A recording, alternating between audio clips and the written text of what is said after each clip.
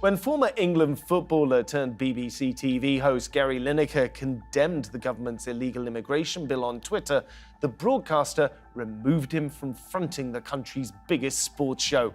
Lineker refused to take back his comments, and the BBC was accused of hypocrisy and lacking impartiality. So who was in the right?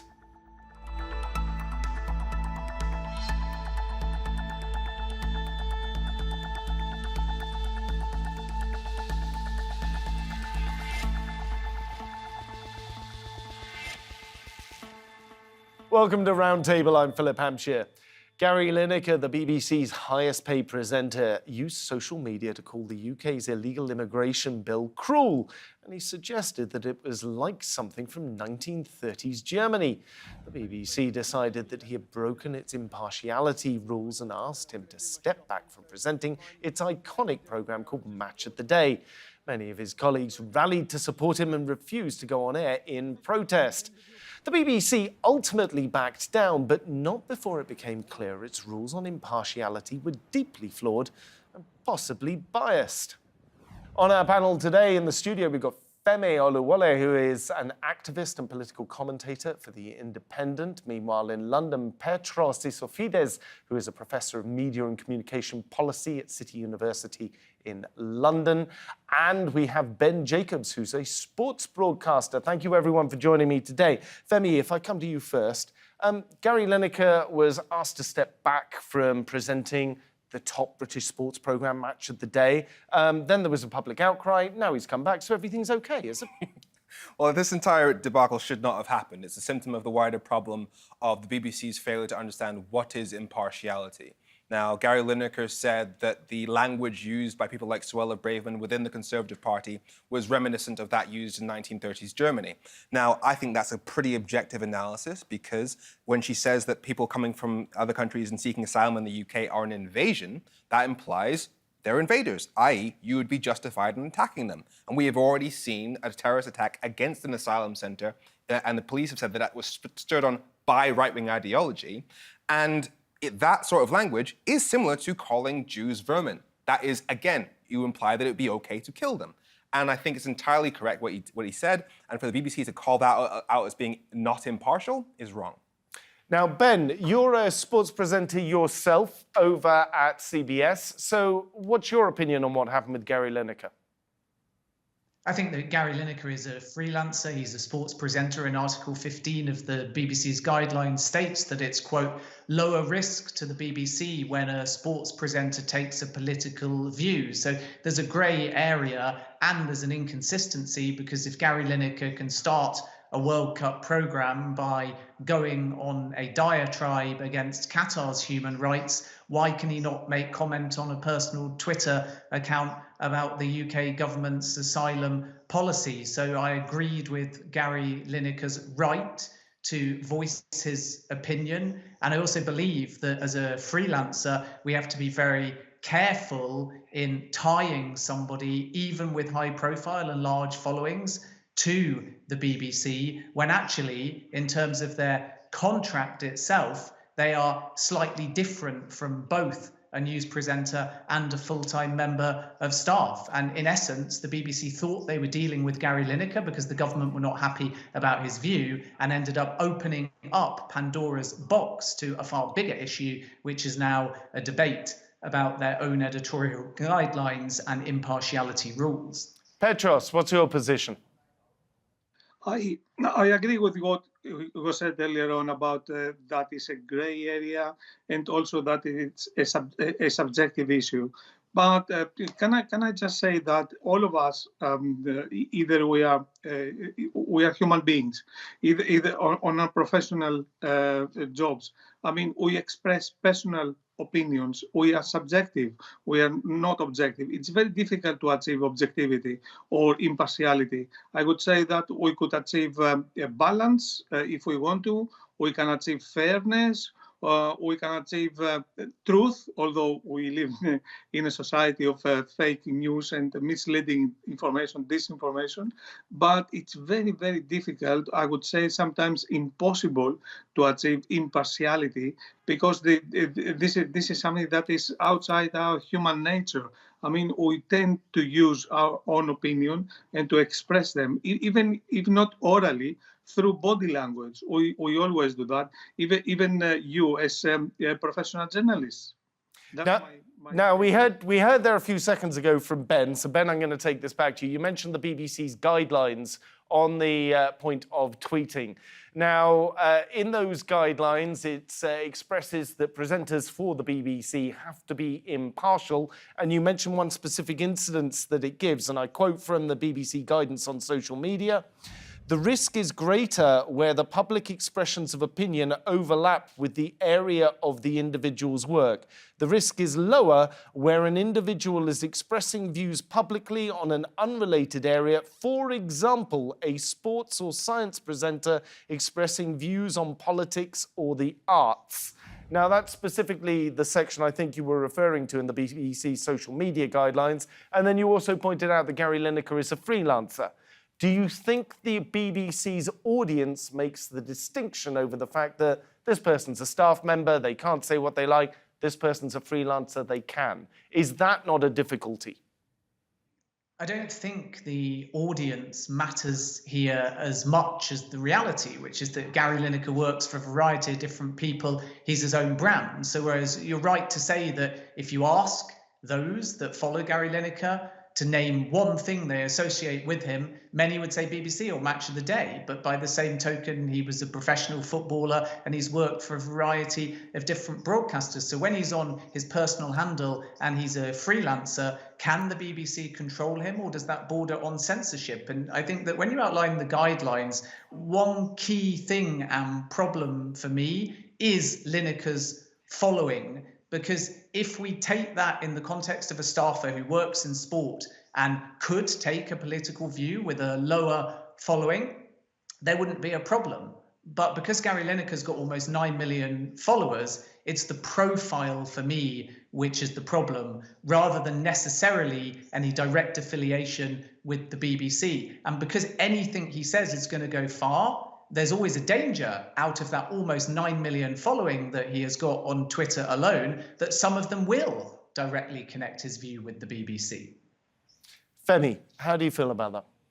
I think that on the issue of censorship, I think it's not so much, people say that this is a free speech issue. I don't think it's a free speech issue. This isn't about whether or not Gary Lineker is himself silenced, because again, he's got 9,000 million followers. The issue is, what views are we as the public allowed to hear from the main figures on the largest platforms in the country? If you say that the BBC is allowed to control what their guests can say, even if those guests aren't officially BBC staff, then that's a very dangerous place to be in. Do you think that it's important that the distinction that he was a freelancer versus he wasn't a freelancer? I think it's a technical distinction, but I think when in the eyes of the public, they're not going to know that. I think the main thing is he somebody who works in politics? Is he somebody who works on their news presenting staff? Or is he somebody who comments on the football? And I think that there's a lot of hypocrisy on this issue, that the same people that call Gary Lineker out as bias for saying that and making that Nazi comment would still put Boris Johnson in office, even though he likened the EU to Nazis and France to Nazis during Brexit. And I think the responsibility Boris Johnson had was slightly larger than commenting on the football. Absolutely. Let's have a look at some of the comments that were made. Let's actually have a look at Gary Lineker's tweet itself, just so that the audience can be familiar with it. In the tweet, the offending tweet in question, Gary Lineker said, "There is no huge influx." He was referring to refugees. He said, "We take far fewer refugees than other major European countries. This is just an immeasurably cruel policy directed at the most vulnerable people in language that is not dissimilar to that used by Germany in the 1930s. And I'm out of order." And then he has a question mark on the back of that. So this goes back to your comment about the Jews and vermin, yes, doesn't it? Yeah, because what he's saying is just an accurate analysis of the facts. And if you call that impartial, it implies that Gary Lineker can't take a position on an issue and that he has to be right smack in the middle. And again, it comes back to censorship, because if you're saying that anybody who works for those organizations has to be essentially silent as to whether or not a government policy is good, that implies that basically everybody who works in media, all the people who represent our country, are neutral on the government. And that is not who we are. there may be many people who are very, very outraged with this government's policies. Okay, Petros, let me come over to you. The BBC does have an issue here, and the issue bounces around between these two terms, impartiality and balance. The BBC is a national broadcaster. It is a state-owned broadcaster, even though it is nominally independent and at an arm's distance from the government and gets its funding independently. It has a charter, and on the first page of that charter, it very clearly states that it has to be impartial. So does Gary Lineker not fall foul of that and drag the BBC into disrepute? Yeah, I would go back to the two issues that I said before, that it's very difficult to achieve impartiality today. You can achieve balance, yes. You can achieve fairness. You can achieve truth in some cases, but impartiality is very difficult to be achieved. And on the issue of, yes, what is the BBC? It's a state broadcaster, as you said, but I would say, to put it more academically, it's a public service broadcaster. Yes, there's a charter there indicating those, stating clearly those things, those words that you just mentioned.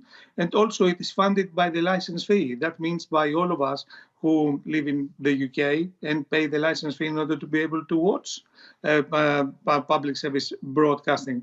So in this case, yes, the BBC has got these rules, and everybody who is employed at BBC, I'm not sure what is the case with freelancers, but it's a difference there, of course. But all these people, all these employees should respect the BBC's guidelines. Ben, so how do you handle the impartiality, given your role in a similar profession?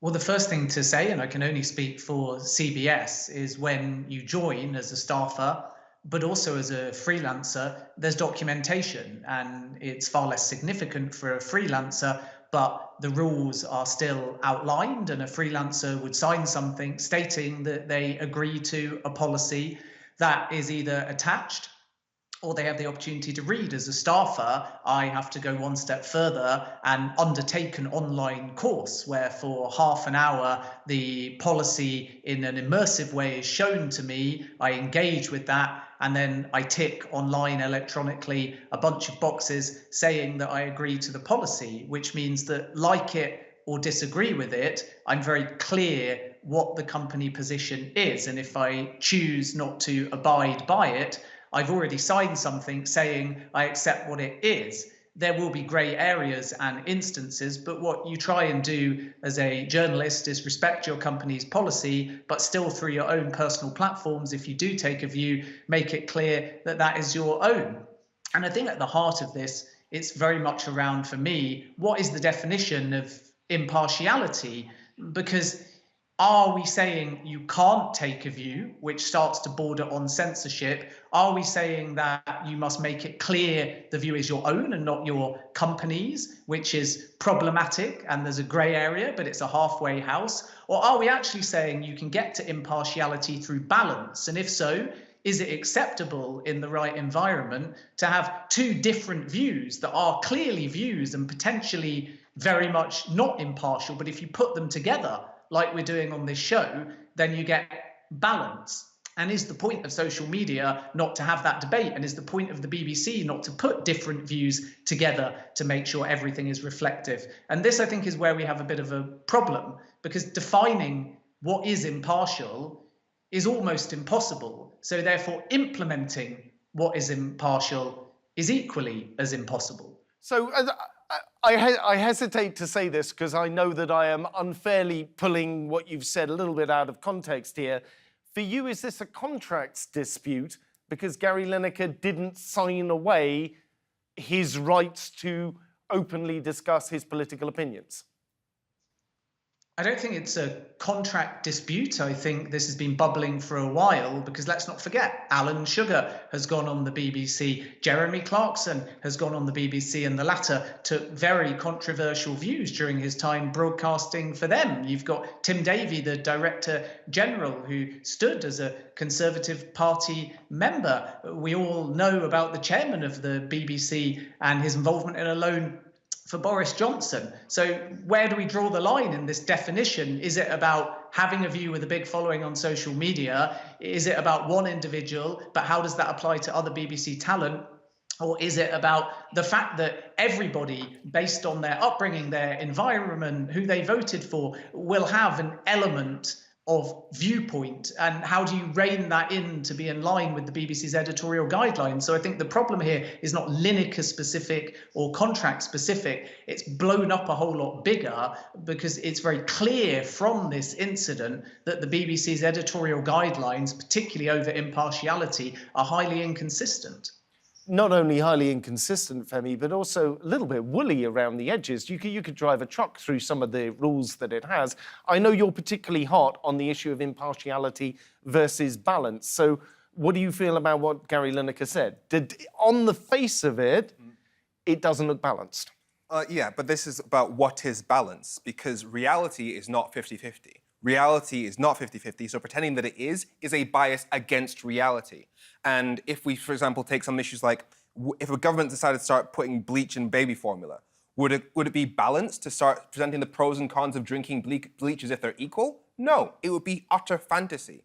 And in terms of the BBC and their handling of the issue of balance and impartiality, they have failed utterly. I mean, the extent to which they failed created people like me, more independent social media commentators. For example, if you look at the issue of a couple of years ago, they had a white news presenter use the N-word in a news broadcast, and then they said, oh, that's because the victim in the story, they said it was okay. I'm sorry, if they'd used the F-word, would you have done that? No. The idea that they wouldn't have apologized within seconds for using the F-word is a joke, but for the N-word, which specifically hurts black people, that's fine. There was the issue of saying you can't wear virtue signaling badges like pride flags, but you're allowed to wear poppies. Why is poppies not virtue signaling, but pride flags are? Again, they are utterly biased. And on Brexit, they kept having one Brexiteer and one Remainer expert, as if 9 out of 10 economists weren't all saying that Brexit is bad for the economy. You are presenting a false reality there.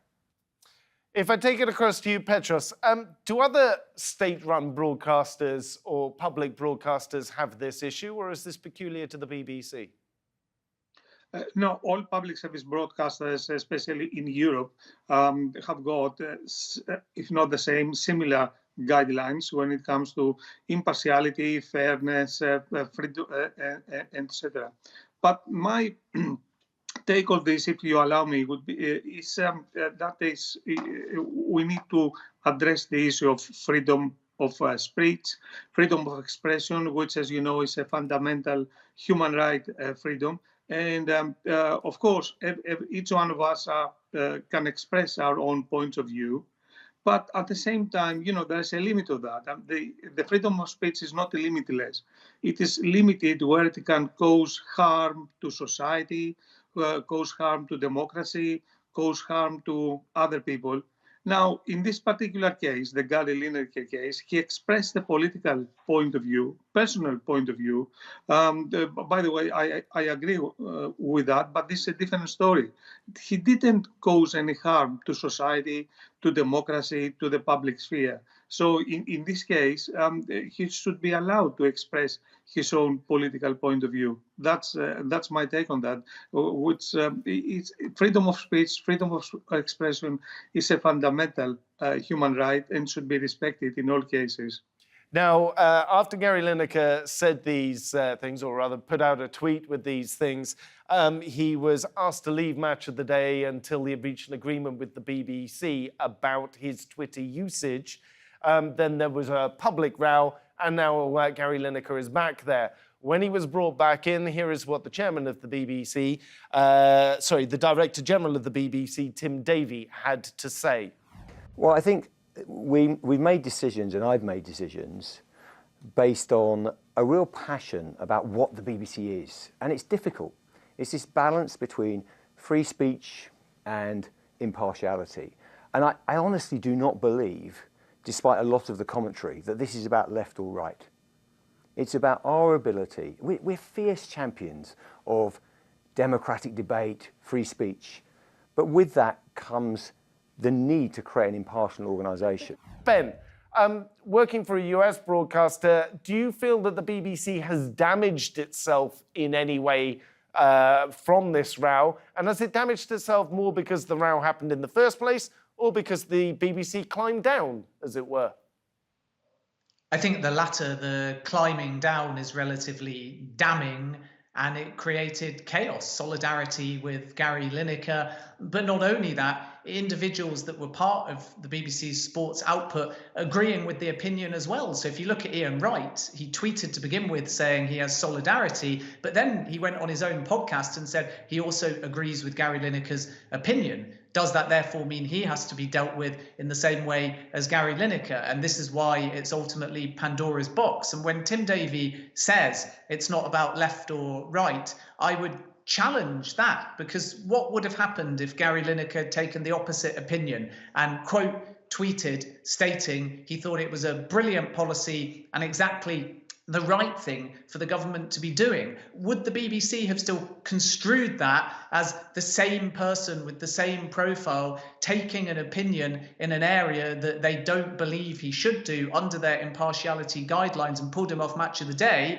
Or would they have just let it slide under the radar because Gary Lineker was not peeving off the government and was not being contentious? He was agreeing with something, but it's exactly the same thing. And this is why when Tim Davie says it's not about left or right, it absolutely is, because this has become about the fallout from the Lineker incident. But why was there such a furore?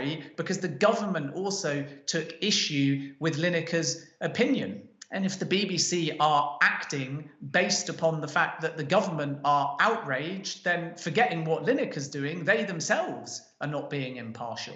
Well, given the strength of opinion on both sides of this discussion, if he had come out in support of the government position, the public of Great Britain through Twitter would probably have thrown its arms up in horror, and there would have been an outcry that way. Would that not have caused the BBC to maybe censor him from that direction, shamed them into doing so, perhaps?